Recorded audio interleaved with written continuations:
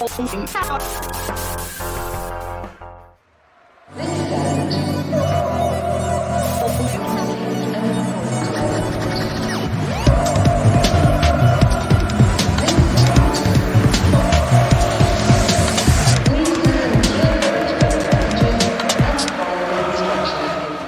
and welcome to the Blue Monday podcast, covering all things Ipswich Town since 2015.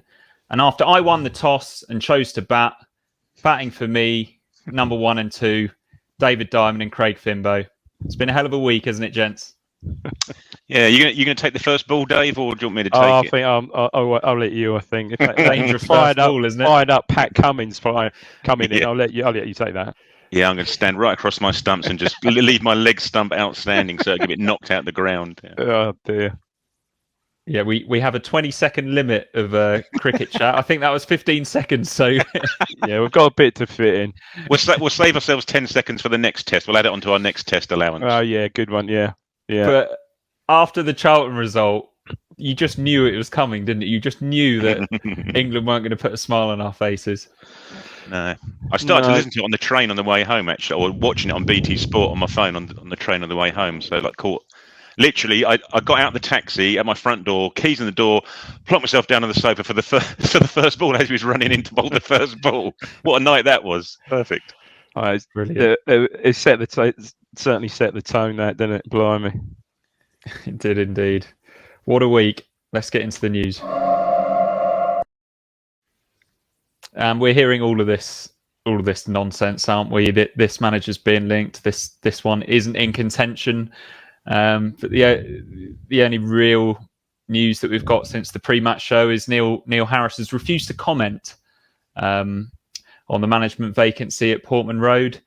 And at the time of recording, and I know that it's a pretty small betting market, this one, so it can fluctuate. But Neil Warnock, your favourite, Dave, is the favourite. Where are you both standing on this? Who knows? Exactly as you said, who knows really, because I don't think he was even figuring in the betting maybe yesterday. So I really don't know. Other names are coming to the frame in the last few days. That Derek McGuinness has now been mentioned, hasn't he? But perhaps wouldn't be such a bad idea. I know since we last spoke, or since I was last on the pod, Neil Lennon was mentioned. I think who knows? What I do know is that you would think that they need someone in situ before the Sunderland game. But hey, maybe it'll be John McGreal. You'd love it to be Warnock, though, wouldn't you, Dave? Yeah, because I think, look, if just give him a short term, as I said, sort of shit or bust contract for the rest of the season. Clearly, he's not in it for the long. There's two ways of looking at it. He's not in for the long haul, and I think he would be the motivating type of manager that could or should be able to get a tune out of the squad. Really, I think a young coach coming in now is quite a big call. I just think you need a bit of a motivator at this moment in time, which he certainly is, and he's got no pretense of taking it any further. So that would be my take on it. But yeah. And Craig, is there any names jumping out at you? And are you confident that we're going to have a new manager in the dugout by the Sunderland game, or do you think it will be John McGreal, especially as we've got this game in midweek? Yeah, that might just muddy the waters a little bit, mightn't it? If we do appoint someone, I wouldn't be surprised if we've appointed him, but he doesn't sort of take control of the game, if you see what I mean. He'll be in the crowd watching, and McGreal will still be running the Sunderland match, maybe. Yeah, I mean, from that point of view, 28,000 in a Portman Road, providing we get a positive result at Barrow. I mean, you'd think McGreal would get a great, McGreal and Kieran Dyer, shoulder to shoulder down the touchline, would get an absolutely awesome reception. So yeah, there's two ways of looking at that, I guess. But in terms of the names and stuff, I'm the opposite of Dave, really. I would go down the youthful head coach. Get it done now, do it now. Because this season's gone, isn't it, Craig? Well, yeah, exactly that. Yeah, well, Christ almighty, we're not even at Christmas and we're already saying that the season's gone. Bloody hell, what a balls up. But yeah, I'd get him in now. I'd get the new guy in now. The new guy's got a transfer window. Just start from now, And almost write the season off. Almost write it off now. Yeah, and if you get, if it comes good, it comes good. But at least he got his feet under the table, isn't he? And he's here and in the building, stuff like that. So I'm very much hopeful that we'll appoint someone of, I don't know, Liam Manning or the guy from Chelsea, Barry. Barry. Anthony Barry. He's a couple of interviews and articles with him on the Athletic and stuff. He just sounds. It'd be nice just to have a guy who's at the sort of cutting edge and forefront of tactics and coaching and. Not saying so I still maintain it doesn't need that to get him out of that division. No, it doesn't. But hey, look, No, I'm agreeing. I think you're right to a point. I mean, I'd love to see Manning and Hogg come in, but I just think perhaps a little bit too early. Perhaps a bit too early for them. But when's too early? Who knows? I don't know. I mean, we might as well romanticise about Warnock while we still can, Dave. Would you be moving your seat a little closer to the dugout? I certainly would. Yeah, I certainly will be. I think if he for 3 points. Yeah, I can't believe it. That's me. I don't think it'll be him. I mean, we hear that perhaps Lampard has sort of now distanced himself from it. Perhaps there's still talk of John Terry, isn't it? But I don't know. I'm not sure. It could be something. Yeah, it could be something left field that none of us have considered. Phil's article on TWTD pretty much put a line through most of them, didn't it? He John did. Terry, nope, it's not going to be him. Next person, nope, not under consideration. He's not in consideration. He's not under. Bloody hell, there's not many people left. Yeah, I tell you what, I wouldn't mind. There is Carl Robinson. I wouldn't mind from Oxford. Yeah, I mean, he's got a bit about him. Always has had. But manager of the week, wasn't he? I think after yesterday. Was he? I didn't. Yeah. Yeah, it'd be interesting to know what. I still don't think they'll be after a manager as such because of the structure we've got behind the scenes. They don't need a manager, do they? They need a coach who can just come in, like we said before about Brentford and Swansea, whoever, just a coach that will just slot into the structure they've got. Because Ashton said, didn't he, in one of his recent interviews, that if we hadn't got someone in time for January, it wouldn't matter because our recruitment team will be doing the recruiting in any case. Yeah. So it'll be a head coach coming to work with the tools that you've been given, not coming in and deciding which tools that you want to play with. I think all 6 or 7 of us are on standby for an emergency pod should it happen. I think within the next week, that's for sure. Yeah, let's hope there is one. According to the Sun on Sunday, friend of the show, Christian Walton, could be recalled in January by Brighton in order for them to sell to a championship club. Let's ignore where this article has come from for now, Craig. But let me put this question to you. We've taken so bloody long to find a decent goalkeeper, haven't we? It would be a shame to lose him this early on. Yeah, exactly. Just one less position that you don't have to worry about, isn't it? We've said all along that you just need to hang your hat on a goalkeeper and know that he's going to be there for the whole season. League game, cup games apart. Sorry, and he, the last few games he's really been, even getting better. Just so solid. He's coming for a lot of crosses now, isn't he? He's sort of getting an understanding with the guys in front of him, so they're more confident with him behind him than now with dear old Flagship behind him. Behind them. So yeah, it'd be a real shame if he got recalled. But whether we'd be in the market for him, I don't know. But now Cook's not here. Is he going to want to come and stay? I don't know. Mm-hmm. Yeah, I guess it. Yeah.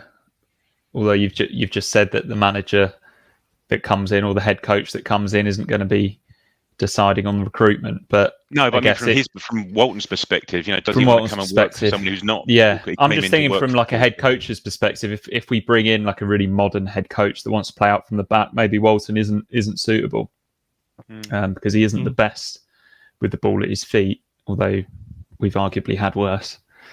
Yeah, well, Flaggy's got better with the ball at his feet, arguably, but then he's pretty shit with his hands. That's two swears in the opening 10 minutes. Thomas Holy's a bit of both, really. Hashtag bit of both. In happier news, ITFC women have progressed to the 4th round of the Women's FA Cup following a 2-0 away win at Wimbledon. The informed Natasha Thomas scored twice. The WSL team's are in the hat now, and the draw takes place today if you're listening on Monday. Dave, are you hoping that we get an Arsenal or a Chelsea at this stage, or are you sort of thinking, let's avoid those for now and see how far we can get? I just want to see us play Man City down at the Gold Star ground. To be fair, get the ladies get their revenge for their walloping last season. It's brilliant, isn't it? Yeah, it'd be great to get for the the club. It'd be brilliant to get a big name, wouldn't it? Mm. Absolutely, well done to them. And in other nice news, we can announce the winner of our Paul Mariner book giveaway, the My Rock and Roll Football Story. We've got 2 of these to give away. Dave, would you like to do the honours? Who's won the first one? I'm really pleased to say that the first winner is long-standing listener and subscriber and all-round good chap. I've met him a couple of times. Is Tim Pashley. Congratulations, Tim. He's got the height of the Blue Monday podcast, haven't we? Having met Craig and Seb in recent weeks, I've realised that you're one of the diminutive ones of the podcast, aren't you, Dave? Well, yeah, and I'm like just about 6 foot. Obviously, getting older, so shrinking week by week. But yeah, I'm pretty much 6 foot. I think Tim might can't even compete tower with those over over me and giant, Craig. and so is Seb. Yeah, can't compete with those. Luckily we got Ben. Good old Ben, yeah. Yeah. Although when he's wearing his stage Cuban heels, yeah. He towers over us. Absolutely. You can find him. You can find him. Yeah, you can still find him. Yeah. And Craig, can you do the honours with our other lucky winner? Oh yes, I can. I need an envelope, don't I? Open my envelope here. Mr. Trick there. It's James Ruddock. Congratulations to James. I'll give it to your brother Neil for Christmas. Raise out. Brilliant stuff. And now I guess the rest of us, it's up to us to go out and buy the book, isn't it? Rich's podcast with the ghostwriter, it made it. Yeah, you can already tell it's going to be a cracking read, hey? Absolutely excellent. Crikey, the amount of stories that he gave to Rich just talking to him for an hour. That's like the same amount of stories in the book. It'd be more than enough, wouldn't it? But crikey, imagine there's hundreds of them in there. I expect to have my copy read by the time the turkey sandwiches are served about 7:00 Christmas Day evening. Yeah, I think you'll be probably watching the inside of your eyelids for most of Christmas Day afternoon, though, won't you, Dave? But, right, that brings us nicely on to the match action at Wigan away. So onto that game, and after Tuesday night's disappointment down at Charlton, it was destination Wigan on a typically dreary day in the northwest. Wigan were 5 games unbeaten and level on points with league leaders Rotherham at kickoff. Ipswich were debuting a rather beautiful all-black kit, which sadly won't be made available to fans, which is a bit of a shame, that one, isn't it, Craig? Yeah, it's nice, isn't it? No, it is nice. It's nice, but I suppose it's just the logistics of, I don't suppose we're particularly high on Adidas's list of priorities to get extra shirts printed around this sort of time. It's such a ball late to get the white one out and into the shop, wasn't it? I can't imagine they'll be wanting to do it the same with the black. But yeah, it's really, really nice. I always like black kits anyway, to be honest. Yeah. I mean, even the goalkeeping kits and stuff like that. It's something about them, isn't there? Yeah, I bet James Norwood's shirt will go for a few bob, won't it, Dave? I should think so. Yeah, absolutely. No, it looked really nice, actually. Yeah, pucker kit, that one. Lovely stuff. And John McGreal made a bit of a tactical tweak, didn't he, with Burgess, Chaplin and Piggott in for Enciala, Aluko and Fraser. Were you surprised by these moves, or as much as you were expecting? I mean, Enciala, I don't know, was who knows with Enciala? He wasn't even in the squad, was he? So maybe picked up an injury. I don't think you can hold anything by the aftermatch going shenanigans at the Valley the other night.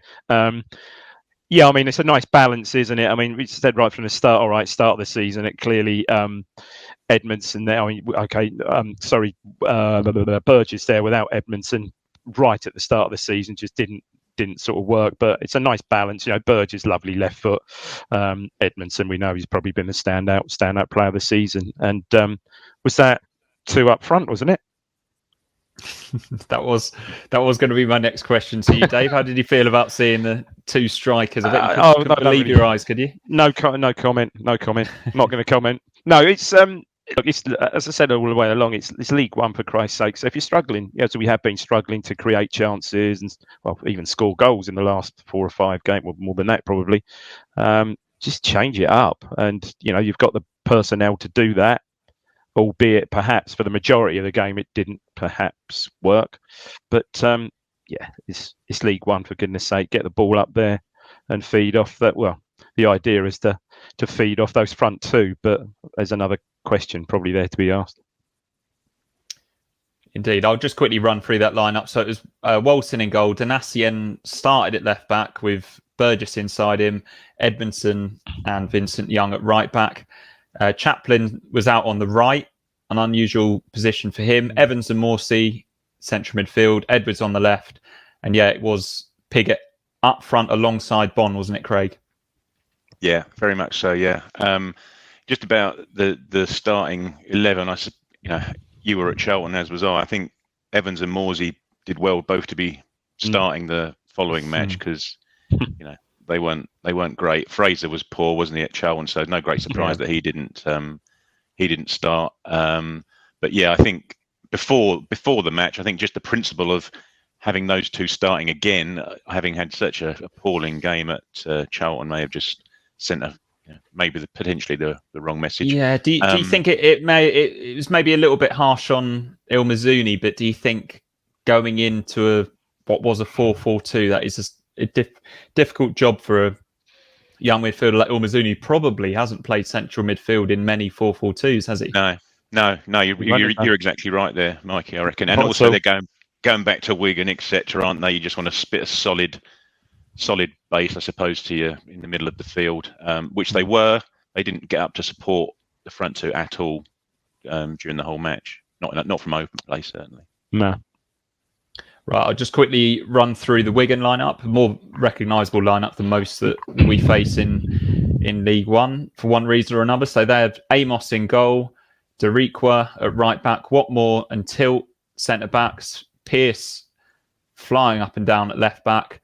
They had Max Power and Tom Naylor as the two sitters, with Guion Edwards on the right, James McLean on the left, and what's written down here is Lang playing in behind one Will Keane, who's a player that you were quite a big fan of, weren't you, Dave?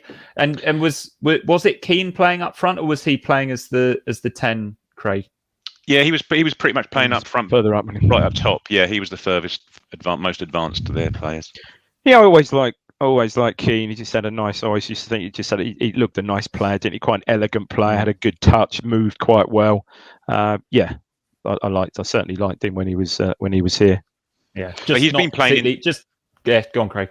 No, I was saying, but he's been playing in the number 10 position, isn't he, for them more recently? That was a surprise. He's that kind of player, isn't he? Yeah. And I was thinking before the match, actually, he's very much like a Nick Powell was for Paul Cook, wasn't he? He's a taller, slightly more rangy sort of number 10 rather than a Selena or a Chaplin sort of things. You'd wonder whether Paul Cook might have got a tune out of him had he been around and playing in his number 10.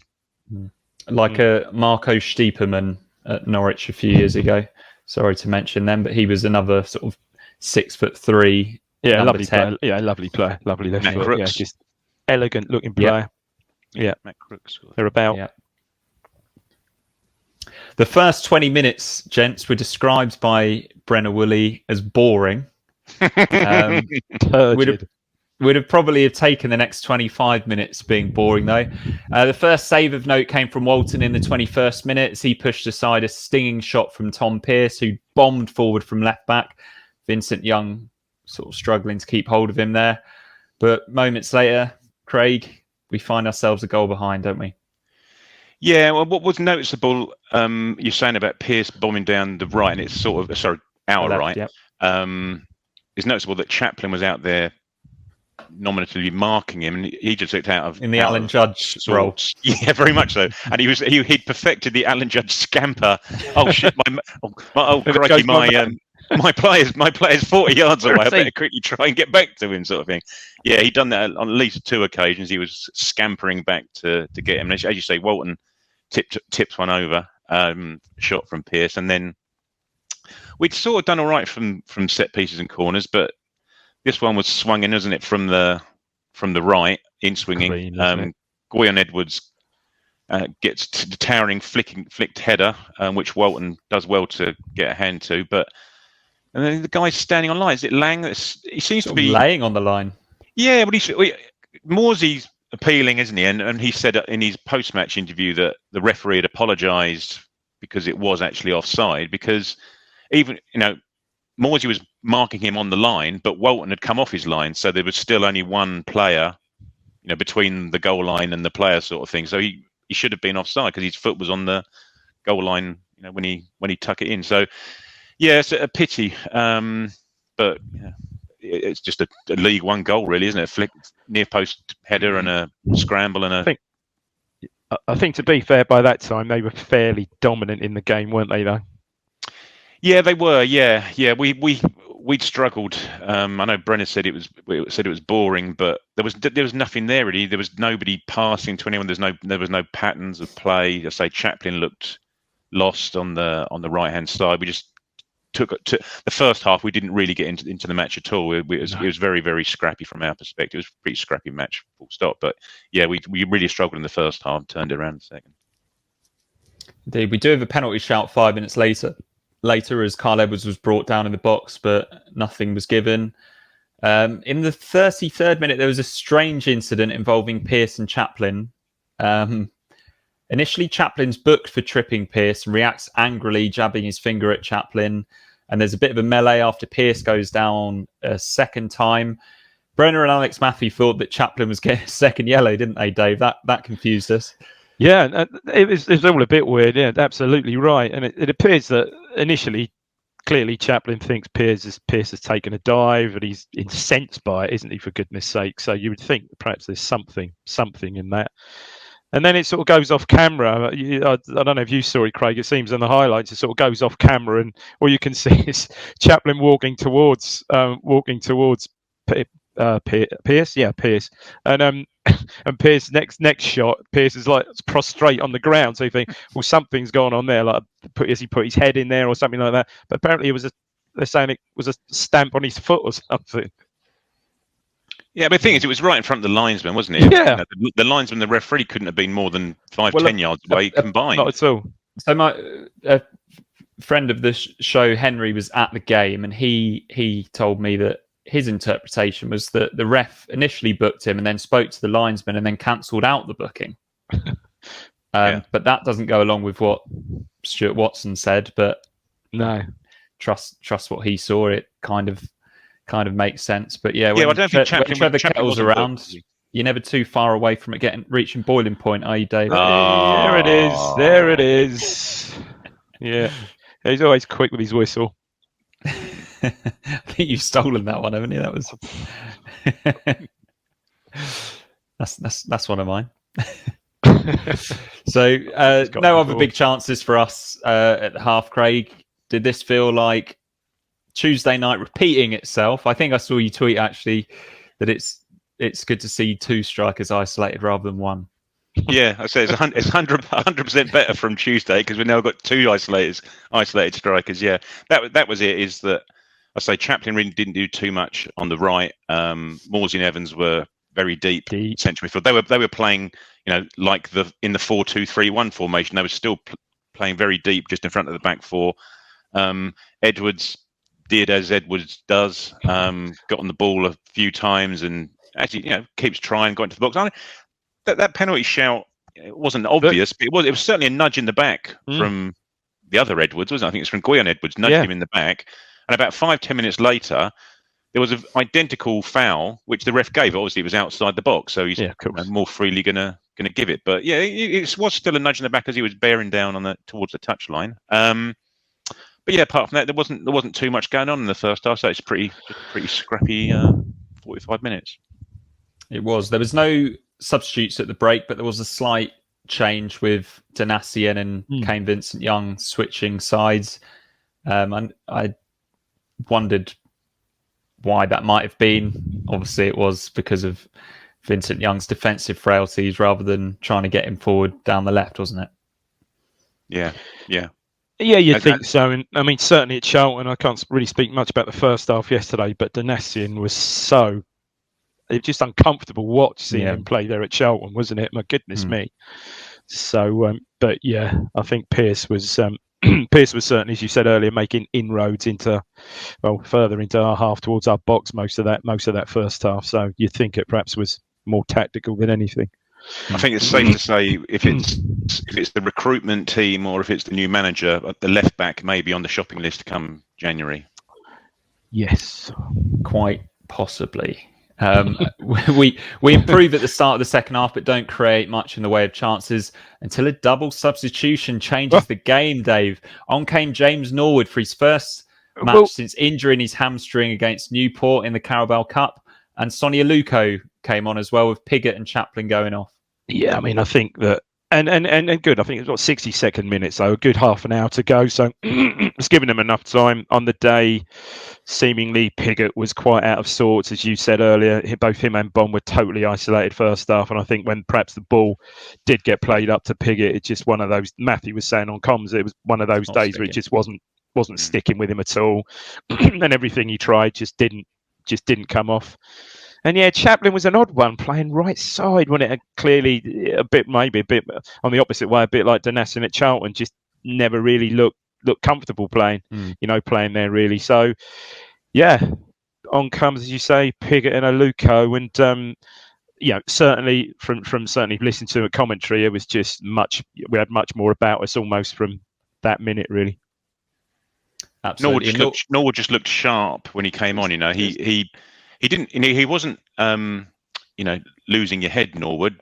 But he was direct. He was getting on the ball. He was closing people down. He was harrying. But as you know, he just creates chaos, doesn't he? And mayhem when he comes on the pitch. Yeah, exactly. I think we said before. Norwood. We couldn't. Okay, look, there are outside influences with Norwood, which are well documented. But aside from that, a fit James Norwood.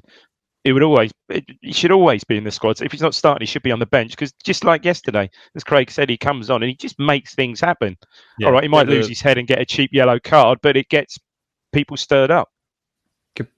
On the pitch could be our sort of Richard Naylor, couldn't he? Yeah, if used in the right way, like occasionally starting, but he scores goals. Also a good option off the bench, an aggressive option.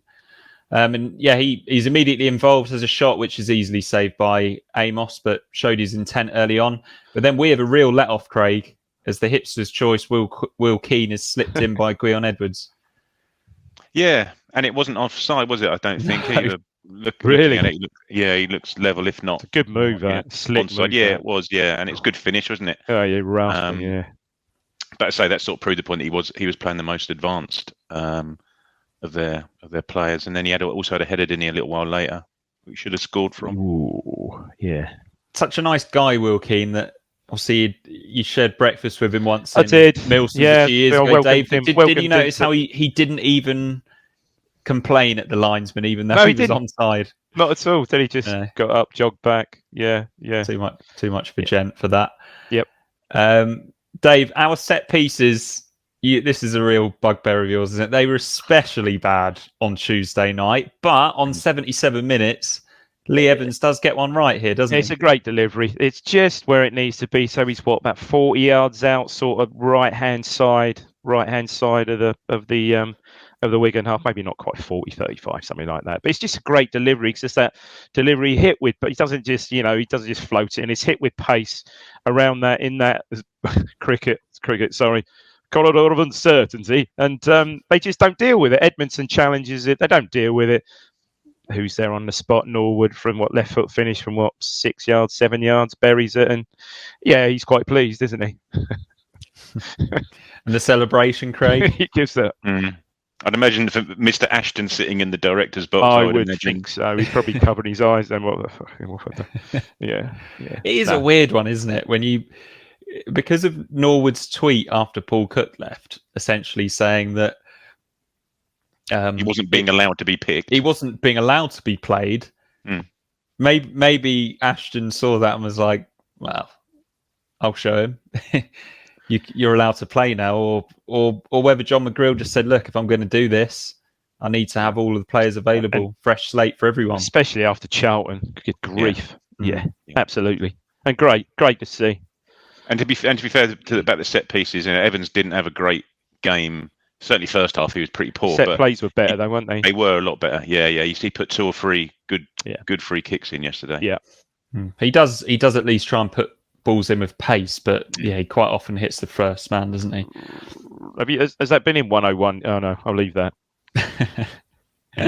Yeah, you'll get your chance, Dave, I'm sure. Yeah. So Wigan should regain the lead on 84 with Keane heading wide from close range. That was a really good chance, wasn't it? Another good free kick, though, wasn't it? Another absolute quality free kick, delivery. that one, wasn't it? Yeah. Took everybody out. I don't know. How did he miss? Yeah, and how do you can't defend it, can you? It was just literally perfect right into his head. Absolutely perfect. I mean, it's almost harder to miss that. Any sort of, it's one of those ones where he probably makes too solid contact. If he just sort of skims his head, it goes in the far corner, probably.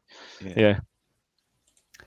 And Edwards has a close range effort blocked for Town in the 87th minute. Morsy drags a shot wide in the 90th minute, but 1-1 was how it stayed, boys. And I mean, take our point. I think we would have taken that before the game. I think the heartening thing about that, after we scored, last 10 plus, last 5 certainly plus time added on, seemed like we were the most likely, which is we're really on the front foot, which is positive. Yeah, no, we were. We kept it at 4-4-2 as well. We kept 2 up front for the whole match. Edwards played the whole 90 minutes, didn't he? So I think if we're going to stick with, as you say, Dave, crikey, it's not rocket science, and Norwood might thrive from getting more balls into the box and having someone up there with him to help fight his battles and stuff. So, yeah, no cons of sticking with it. I think you hit the nail on the head. What he gives you, Mike, is aggression. He gives you that aggression, doesn't he? Buzzes about, and he doesn't give defenders a moment's peace and stuff. Okay, sometimes he oversteps the mark, but sometimes you just need that. The team needs that. I suppose it's just a question of whether he's ever going to be fit enough, and can you trust his hamstrings, whatever it is, enough for him to start matches, and rather than being that 30 minutes impact sub at the end of the match sort of thing. So he's perfect for it, doesn't he? Yeah. There's a couple of questions on Norwood. One of them from Paul Westlake. Does that make Norwood a match day bench option now, or put him ahead of Pigott alongside Bond if we're going to stick with 2 up front? I mean, it's difficult, isn't it? Because we don't know who the manager's going to be for the next game. But you'd imagine we'll go with 2 up front, up, in Barrow. Gosh, you can't get more further up. Down to Barrow, you're playing in Scotland. Apart from Father Christmas, there's not many people going down to Barrow. Yeah, I'd have thought so. I'd have imagined we'll keep it exactly the same as it was. Let's just back to basics, 4-4 F-2, and just get the ball up to them quicker than we do just fanning around at the back. And as Paul said, I just wonder whether, as I said, that he'll be a bench option for a little while until we can trust him that he's going to be fully fit. Especially if you've got another game on Saturday. I can't imagine. Well, he may well start to get him half a match on Wednesday in readiness to just give him more match sharp for the weekend. I don't know. Can you imagine Saturday in that cauldron-like atmosphere? Oh, dear. But I say, Pigott was disappointing yesterday, but it was just one of those days where everything was bouncing off of him, and he wasn't linking up. They were a complete different wavelength. But they're going to be, aren't they? They've never played together before, so it's not as if they can, do too much on the. I think if they are going to persist with 4-4-2, the key is to just get someone has to make that effort from central midfield to get into the box, for Christ's sake. Get ahead of the ball, or no, if not ahead of the ball, but support closer. As they said, you watched it, Craig. Morsy and Evans, they just sit beside each other and deep, for Christ's sake. Certainly that. But thinking back, I know, okay, they were terrible on the night, but that Doncaster game was a little bit of an outlier, really, wasn't it? It would appear it was at this stage. Mullet asks, he was at the game, of course, as it was up north. Watch the lads. A Wigan fan in the pub was adamant that Cook got it wrong not bringing Richardson and Barry with him. Does this settle questions over his failure here? Or is it more that he was a Marcus Evans appointment allowed to carry on in a whole new structure? # keep away days Northern. There's no mention of Will Keane in that question. No. Yeah. He's a little quiet on Raheem Harper as well at the moment, but there we are. I think. Well, what will be interesting to know is that once Cook does get another job, how many of Roberts, Francis, Jeffers, and Craney he takes with him to trust behind the scenes at his next job. I can't imagine there'll be all three of them. Maybe one. I don't know. Probably answers its own. We don't know, but I can't imagine he'll be entrusting them to get his defensive setup at his next club. But I think, does the Wigan fan think that Cook chose not to take Richardson? Because my perspective is that he wanted to take Richardson, but Richardson was having his first proper management job. Yeah. I think the assumption was that he was definitely coming, wasn't it? Because Paul Cook was rather coy in when he first came in and he was asked about it. He was like, let's wait till the summer. But then, Richardson did so well that he got offered the job, didn't he? Don't think that was in anyone's thoughts that it was going to happen that way. But sod's law for us. It tends to happen, doesn't it? So I think the assumption was that he was going to come along with him once he got to the summer, and whoever else was going to take over at Wigan. Yeah, he's done brilliantly there, hasn't he? Absolutely brilliantly. Right. He has, yeah. Definitely a well-organised side. Joe Fairs asked, in the post-match interview on the club's social media, John McGreal stated that he's famous for making substitutions. Are there any other vague claims to fame in the squad? I saw that. But what? I'm not sure I understood. Where was Joe when Joe was out? Joe was out last night. Was he somewhere? He was out in Norwich, yeah. Yeah, maybe it was the air. He did say that, did he? He was talking for 5 minutes. Was he being serious? Yeah. So was he famous for making substitutions? Well, he says he's famous. John McGreal says John McGreal's famous for making substitutions. He's a football manager. I usually make 2 or 3 in the second half. Yeah, that's a bit of an odd. Maybe you need to get a Cole U fan on here. Yeah. John McGreal, was he well known for making substitutions? Yeah, well, that is why I turned to Craig. But I presume. Good point. I presume it was the timings he's talking about. He doesn't wait until Paul Cook does to the 89th minute before making the change. Didn't we? Yeah. As Dave says, you got it right. Yeah. Norwood 30 minutes yesterday, didn't he? Yeah. And the other vague claims to fame, maybe Michael Jordan wore number 23 because of Sonny Aluko, something like that. Oh, I see I see. Obviously, possibly the other way around. Obviously, our goalkeeper was a distant relative of that American family back in the 70s, I think. Christ, that's too old for Mikey. Mikey, what the hell's he on about? Come on, Mikey. The Waltons, isn't it? There you go. Yeah. He's a distant cousin of John Boy. Right. Have you got any more of these, Dave? I could go on. Obviously, obviously Joe Piggott's a long distance total relation to a well-known jockey. Clearly, I know he's spelled differently. Excellent. Let's move on.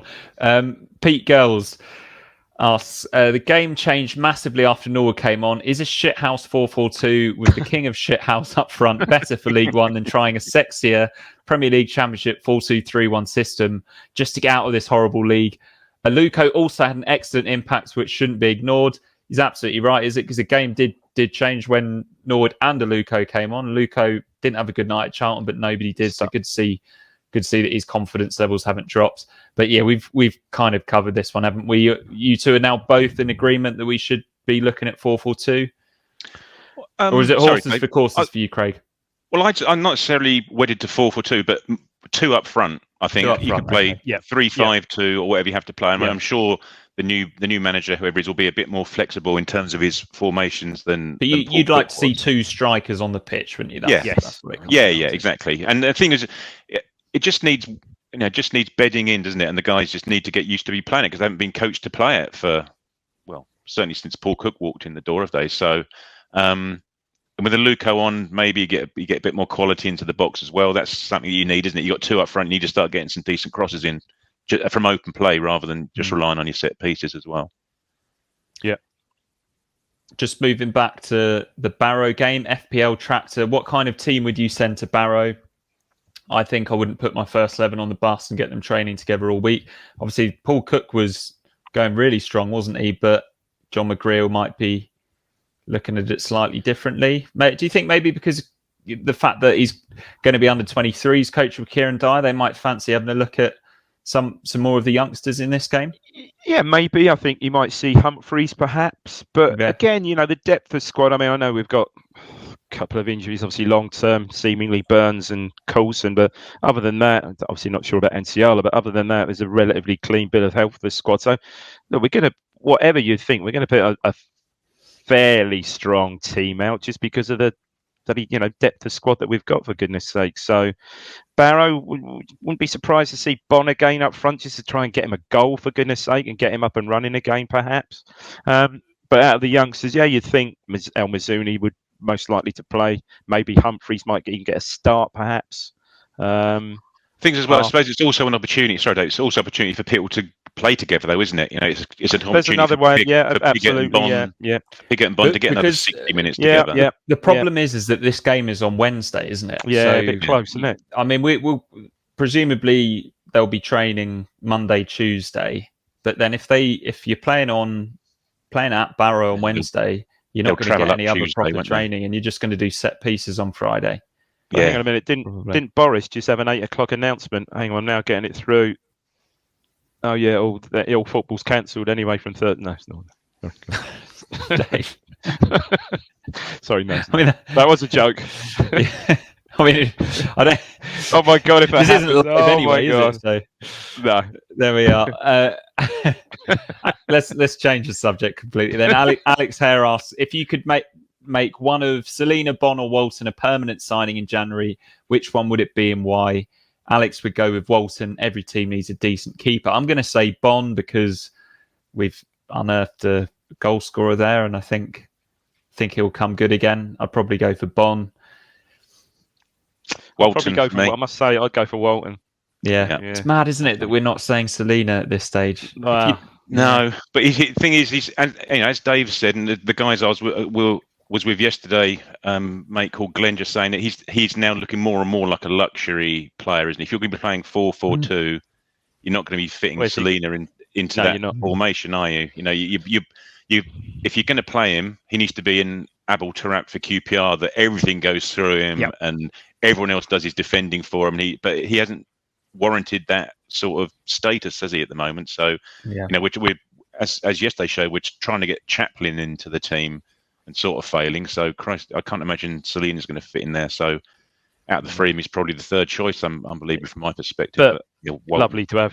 Again, a lovely option to have. And hopefully he'll make an impact between now and the end of the season. And there's probably less of a rush as well to sign Selina. Like there's less talk of other clubs looking for him. Well, if he doesn't sign, if he does just stay a season, we've got that memory of him, that goal against Crewe, haven't we? Yeah, I mean we've got some decent memomes out of him this season. The last minute winner against Fleetwood and the double at Wickham was good as well. So that goal was just sensational, wasn't it? Just totally out of kilter with everything around it, really, wasn't it? Yeah, madness. Juxtaposition. Yeah. Skip intro asked Craig, was that ref the worst we've had this season? He got so many decisions wrong and missed so much housery. Also, what did he make of Norwood's celebration? Mm-hmm. Well, to be fair to the ref, he's had a pretty stiff competition this year, isn't he? In terms of crap refereeing. It's been some shockers, hasn't it? Yeah, that's it. There was a really bad one this season, wasn't there? I'm trying to think when it was. There's been a few, to be fair, Mikey. But there was one that was really, really stand out bad. Yeah. Well, Trevor Kettle's, well known for being great. Come on, Mikey. I can't have used up your only second pun on Trevor Kettle. There's got to be some more coming. Come on. Trevor Kettle got 4 out of 10 in the Football League paper. Ooh, that's poor. Yeah. That was one. Dave, you didn't like that one. Not really. Tenuous. Far too tenuous. Tenuous. No, I'm not getting that. Yeah. Do you think it would be cold up in Barrow, Dave, or a bit of a furnace? Got to laugh at that one. I just stopped short of saying he was on fire. Oh, stop it now.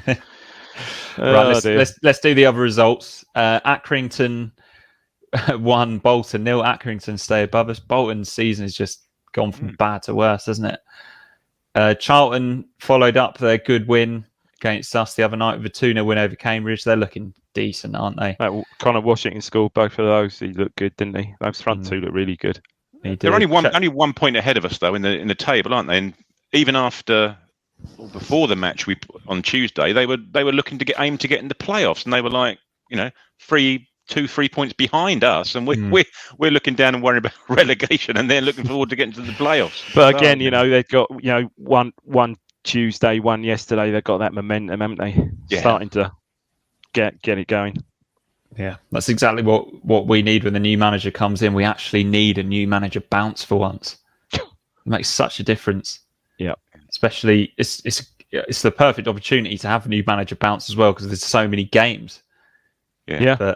But the thing is that the teams above us, you look at the form table of the teams above us. Yeah, they're all winning matches apart from Plymouth. Yeah. Plymouth, Argyle aside, who have gone completely, through the floor. But everyone else is, 4 wins out of the last 6, and the other 2 have been draws. Pretty much every team in the top 8, apart from Plymouth, as I say, are winning, win. They're also not playing each other. Yeah. Cheltenham 2, Lincoln 2, Sheffield Wednesday, they're still looking strong. 2-0 win at Crewe, rock bottom. Doncaster, big win for them over Shrewsbury. Fleetwood 2-1 over Gillingham. Oxford, they're just so solid, aren't they? 2-1 away at Milton Keynes. Pompey, they're on the up as well. 2-0 win over Morecambe. Rotherham 3-1 at home to Burton. Shock. Sunderland, 2-1 over Plymouth, who you've just mentioned. But Wycombe were held at home to AFC Wimbledon. So we're clinging on to the top half after that point. As you mentioned, did you see Teddy Bishop's goals? I haven't seen them, no. Any good? Do you see them, Craig? No, I haven't seen them. Really, really, really good. Yeah, first one, both I think pretty much first time finishes. Yeah, one top corner, one low left. Yeah, really, really good. Yeah. What are they? His 9th and 10th of the season? Funny enough, I think they could have been his first league goals. But they're great finishes, and good for the lad, because we all know he's got quality. He's got a bit. Just fitness, isn't it, with him? Charlton are a point above us in 11th. Accrington 2 points ahead of us in 10th, and then there's the 5-point jump up to Milton Keynes, who are in 9th with 35. Portsmouth 8th, 36. Wednesday 7th, 37. And Plymouth are on 37 points. So we're nine points off the playoffs. Ahead of them, Oxford on 39, Wycombe on 42, Sunderland 42, Wigan 42, and Rotherham looking like, they're the biennial League One champions, aren't they? 44 points from 21 games. We've got a game in hand as well. We'll be back with the usual shows later this week, and hopefully we'll have a live reaction show, as Dave mentioned earlier, to discuss our new manager whenever that happens. Rich and Seb will be having their remote pre-match show party live on the YouTube channel on Friday, and be on our social media feeds too ahead of the Sunderland game. Please join for that. Rich promises there'll be beers. And before we say goodbye, I thought it'd be nice to share this quick story on our captain, Sam Morsy. There's not loads of detail on this, but Joe Fairs received a nice message on Facebook from a bloke. He says, Sam Morsy was a super captain at Wigan. Off the pitch, he was a star too, especially to my best man's daughter, Abby, a then 9-year-old with bone cancer, who lives near me in Nottingham. He became Abby's hero, and to cut a long story short, she recovered, but not before losing a leg. But Sam Morsy never forgot her, and today she was at the game, and Sam Morsy went and made her day, went and found her, which is lovely stuff, isn't it? Because we're always quick to criticise our players, gents, if they don't conduct themselves in the right way. So it's only right we highlight the good stuff they do as well. And that's good off-field captaincy from Sam Morsy, isn't it? Yeah, great. Yeah, love to see that. And before we go, do you gents want to just run through your Barrow lineups? Got a bit of time here. What, the lineups? What you want us to name the Barrow lineup? Yeah, I want the Barrow lineup. We've played them already, Dave. You should know it. Wheel out the Barrow lineup. This is we'll turn this into the pre-match show of Barrow. So Dave, tell us about Barrow's formation. I see them. I see Barrow playing a solid 4-4-2 like they did at Portman Road. So for us, Gladkey will perhaps get a game in go. You might surprise us, as you say, and just keep pretty much the same to get to try and bed it in a bit more. But I think Craig or you were right, Mikey, with the game being on the Wednesday, in such close, well, another 24 hours than it normally be played. I see perhaps Ladley, Vincent Young at full back. I would have thought maybe Penny will get a game at left back. Perhaps Wolfenden in alongside maybe, I don't know, Burgess. Perhaps would they risk Edmondson? I don't know. El Mizuni, I would think, would get a game. Humphreys maybe getting a start. I would start with Bon just to try and get him a goal, perhaps, just to get some confidence there. And either Bon or Pigott, or maybe, I don't know, Bon and maybe Norwood might get a start. Whatever you'd think, because like I said before, the depth of squad this season, it's not going to be a cup team from as we've seen in previous seasons, is it? As we've seen perhaps in the Oldham games, etc. Craig, you're now less confident that a mismatch sort of team of fringe players can beat a League Two team after what we've seen already this season. Yeah, because what I'm saying is that the Oldham game, I know we ended up playing a full strength team, but we were talking about Fraser will probably play and Pigott will probably start and Hladky will be in goal, and that's perfectly fine. Burgess will be back, and this will be more than good enough to beat Oldham in League Two. And then, as it turned out, we went full strength in that first game. Then we went pretty strong at Oldham, pretty strong again against Barrow at home, and we've struggled in all of them, haven't we? Yeah, that's right. And in terms of the lineup, I suppose you want to look at the bench. Who was on the bench yesterday? Yeah. So as Dave said, Penny was on the bench. Carroll was on the bench, wasn't he? So maybe Carroll will start the match. Maybe Harper, if he's not injured, will come back into it. But then if Harper and Wolfenden aren't even getting in the match day squad, are they now? No. That's with a new manager as well as Paul Cook. So you've got too many players, haven't you? But I can't. It's just it is just that day, isn't it? A day later, just muddies the waters completely in terms of what you can do, isn't it? It's such a long way away. Even if it was at home, it wouldn't be such a problem. But as you say, Mikey, you'd be travelling all day Tuesday and all day Thursday. Yeah. Recovery Friday and then match on Saturday. Yeah. Not ideal. No, let's hope we put on a show. We're usually good on ITV4, aren't we? ITV4. When the hell did we last play live on ITV? I'm referring to Big Match Revisited, Dave.